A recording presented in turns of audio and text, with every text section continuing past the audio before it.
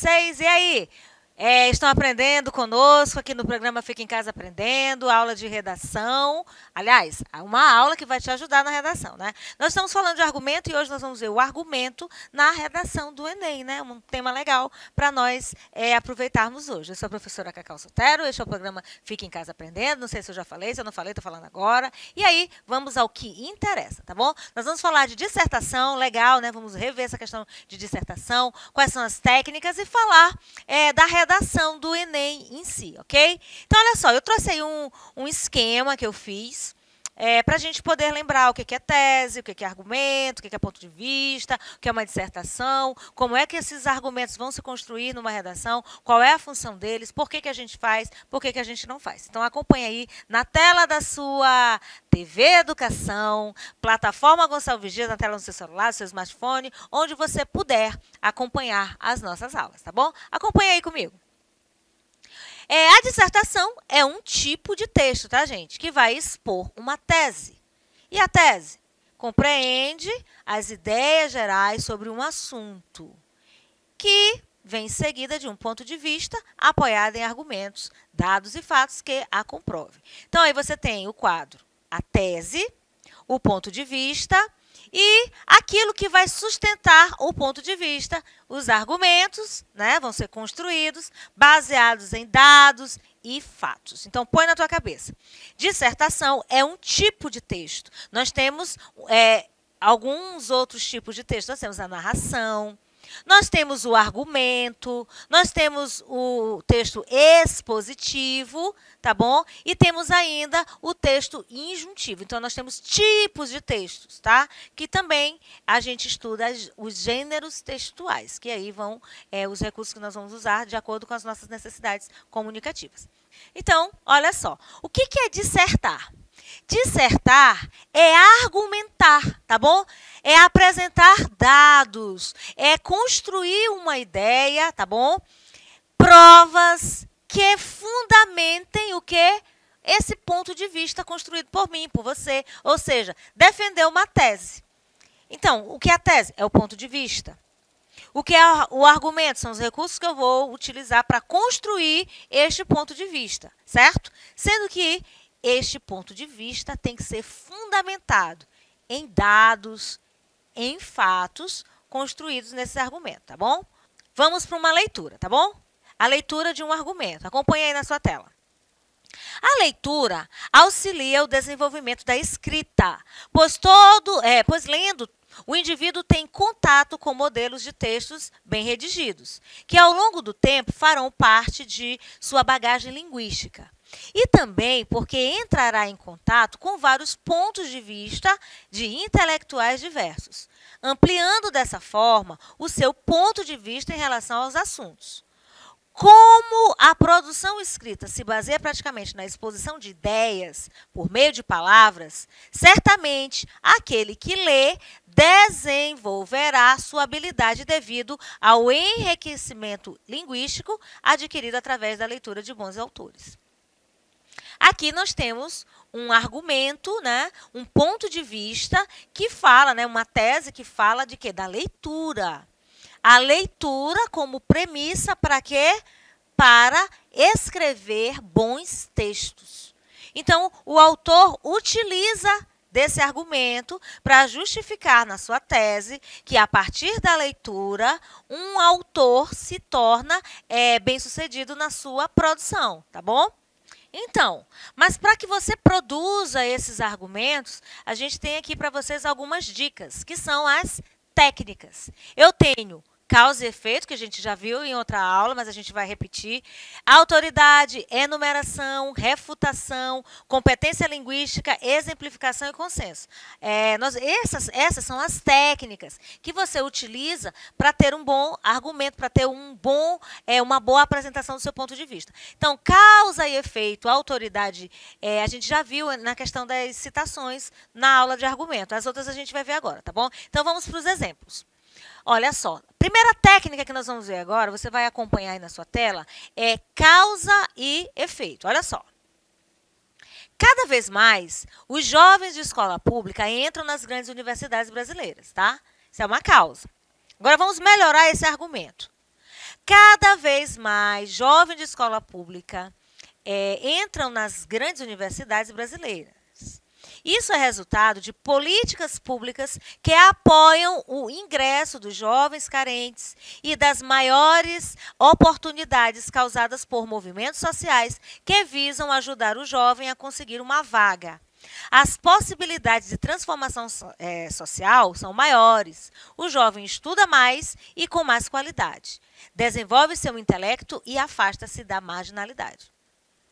Então, aqui a gente tem aqui um argumento melhorado, né? Tem aqui em cima a causa, argumento de causa e efeito. Então, toda vez que jovens de escolas públicas entram nesses programas sociais, se envolvem, né? Como aqui diz, movimentos sociais, políticas públicas que vão apoiar o ingresso de jovens carentes, o que vai acontecer? Ele vai permanecer na escola e ele vai ser bem-sucedido na escola e vai adentrar a universidade, tá bom?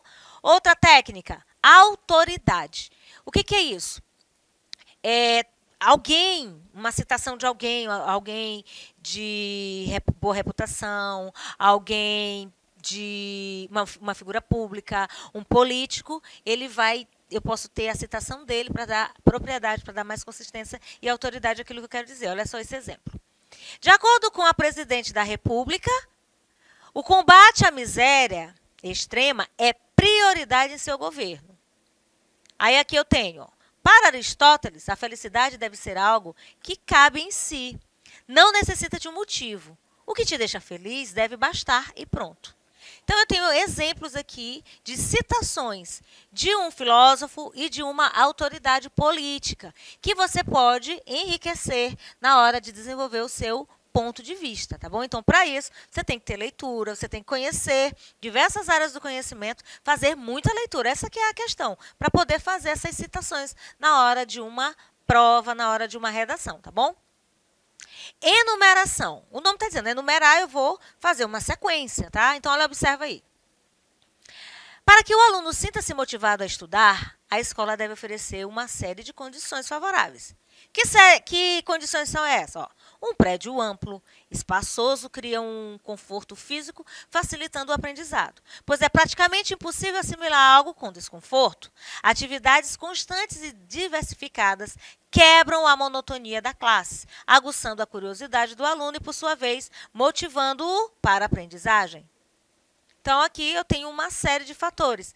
Um prédio amplo, o que mais? Atividades constantes e diversificadas, isso aí já é um trabalho do professor, segundo aqui o autor. Aguça a curiosidade do aluno e, por sua vez, motiva para a aprendizagem. Então, aqui eu tenho uma enumeração. Eu vou colocar os fatos, né? Os fatores que vão contribuir, no caso, para a melhoria da educação. Enumeração, olha só, relacionamento. Ah, gente, é a continuação, olha só, eu passei de novo, eu voltei, né? Então, depois de tudo isso aí, relacionamento amistoso entre diretoria, professores e alunos proporciona um clima ameno e favorável para o trabalho, tá? Então, não ficou um pouco confuso essa minha troca de slide? É só a continuação do texto, tá bom? Então, uma série de fatores. Então, qual é o resultado disso? Melhoria nesse clima amistoso dentro da escola e, com certeza, melhor e maior aprendizagem dos alunos. Refutar é outra coisa. Eu vou tirar aquilo ali daquele pensamento. Eu não vou considerá-lo. Observa aí.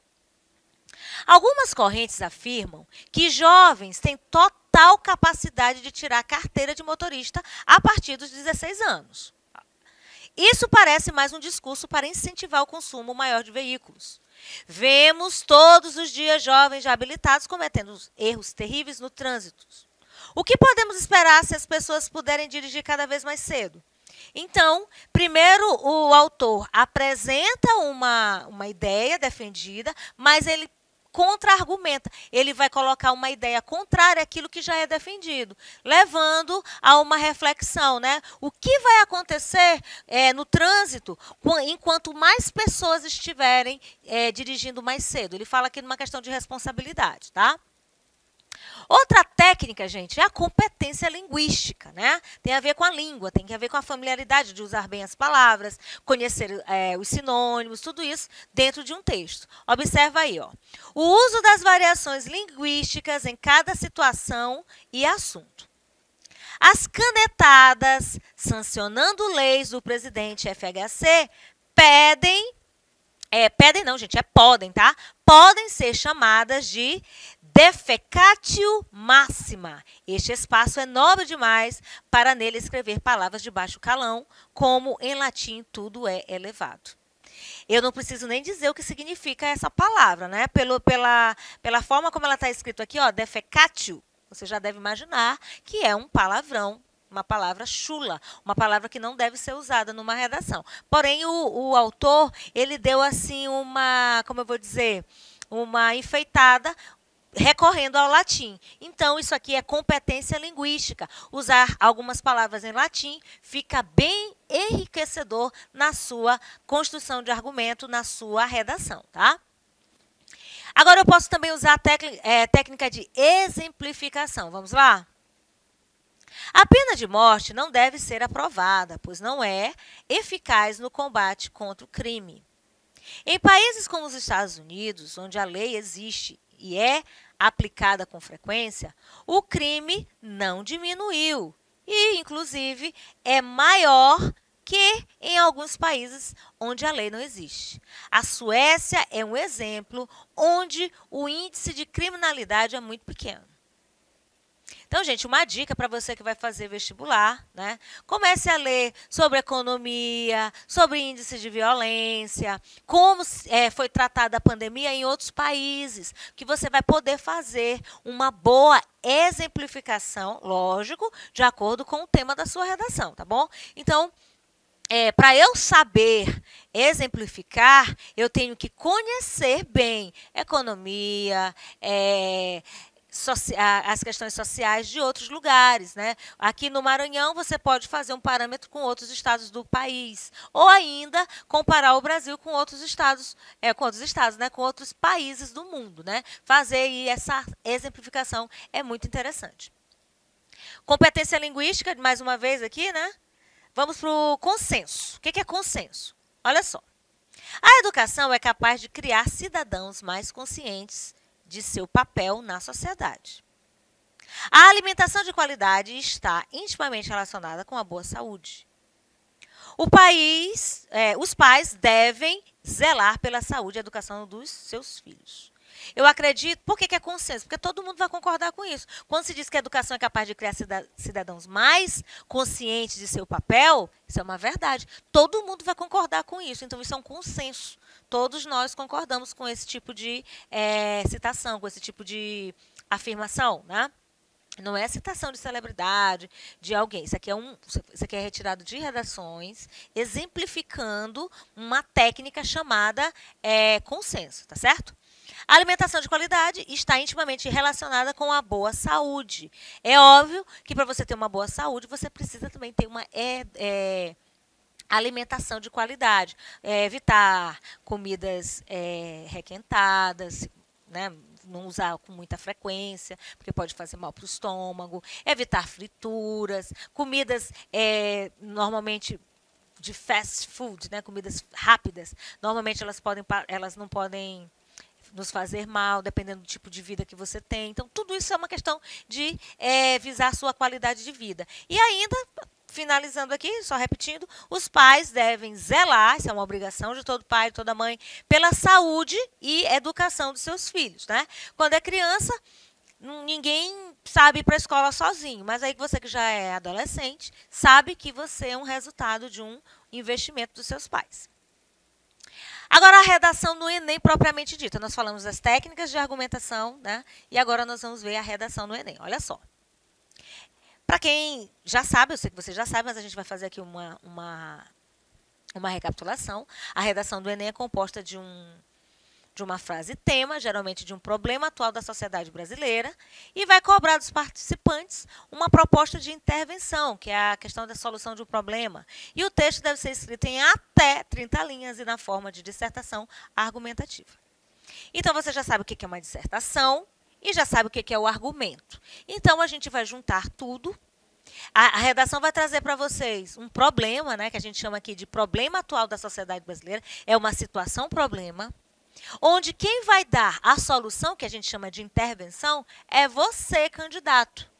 e sugere que você escreva em até 30 linhas. Você não é obrigado a fazer uma redação com 30 linhas. Você é obrigado a fazer uma redação consistente, coesa, coerente e não pode de maneira nenhuma esquecer de apresentar sua proposta de intervenção, que é a mesma coisa que resolver um problema, tá certo? Então, nós lemos, ao fazer a explicação das técnicas, alguns trechos de redação. A gente apresentou também o melhoramento de um argumento, enfim. Essa aula trouxe para vocês alguns toques em relação à redação. Agora a gente vai ver, de fato, uma redação, tá bom? Primeira dica. Comece pela leitura da coletânea, ou seja, você vai ler, né? Se for um tema considerado fácil, você vai iniciar as provas fazendo a sua redação, lógico. Caso o tema não seja tão fácil, tente responder outras questões, pois a prova de linguagens e códigos pode te ajudar a argumentar na redação. Isso não é uma regra, tá? Entende-se que o candidato ele já esteja com todas essas técnicas na cabeça, ele tem desenvolvido ao longo da sua vida escolar. Agora, a minha dica é que você comece pela sua redação. Ah, porque deu um branco, eu não lembro de nada. Aí você vai para as questões, vai dando uma lida na sua prova, fazendo aquelas questões que você considera mais fáceis, de repente você tem uma luz aí para escrever a sua redação. Organize o tempo. Olha só. Seja no começo ou no final das provas, não faça a redação em curto espaço de tempo. Por isso que eu aconselho a começar pela redação. É preciso ser disciplinado para não ter um texto sem qualidade ou deixar outras questões da prova sem responder. Cuidado com a argumentação. A ampliação de ideias pode levar você ao distanciamento ou até à fuga do tema. Então, assim, porque cuidado com as argumentações. Você pode, de repente, desenvolver sua redação criando o seu ponto de vista em pelo menos, talvez, 3 argumentos, um parágrafo para cada. A dica aqui é para você tomar cuidado, para você não querer fazer o famoso encher linguiça e acabar se perdendo e fugir do tema, tá bom? Faça uma boa prova, né? Trazendo uma proposta de intervenção. Você não pode esquecer de jeito nenhum. Explique alguns pontos de vista, tá? Alguns pontos têm que ser explicados. Então, quem vai fazer, como vai fazer, quem será a responsabilidade pela solução do problema apresentado na sua proposta. E ainda faça uma revisão aí da sua redação. Outra coisa, não coloque tudo na conta do governo, tá? Fica uma coisa muito ampla. Muitas questões aí podem ser resolvidas com a ajuda do governo. Aí eu tenho que trazer a família, a sociedade para esse bojo, tá? Então, fuja do senso comum, procure argumentos mais concisos, argumentos bem fundamentados, para que sua redação tenha mesmo um caráter... tem uma boa aprovação, tá certo? Então, tome muito cuidado na hora de construir os seus argumentos. Como já falamos aqui, não fuja do tema, não tente enriquecer seu texto citando aleatoriamente. As citações têm que estar em congruência, tem que estar alinhada ao pensamento que você defende. Você não pode pegar uma citação completamente fora de contexto, certo? Outra coisa, gente, eu falei das 30 linhas, né? Até 30 linhas. Você também não vai fazer uma redação com 10 linhas. Mas 20, 25, 28, 27, não se preocupe em fazer as 30. Se você conseguir fazer uma redação, com certeza vai ficar legal com 25, com 27, não tem problema nenhum, tá bom? Espero ter ajudado. A gente fica por aqui. Compliquei?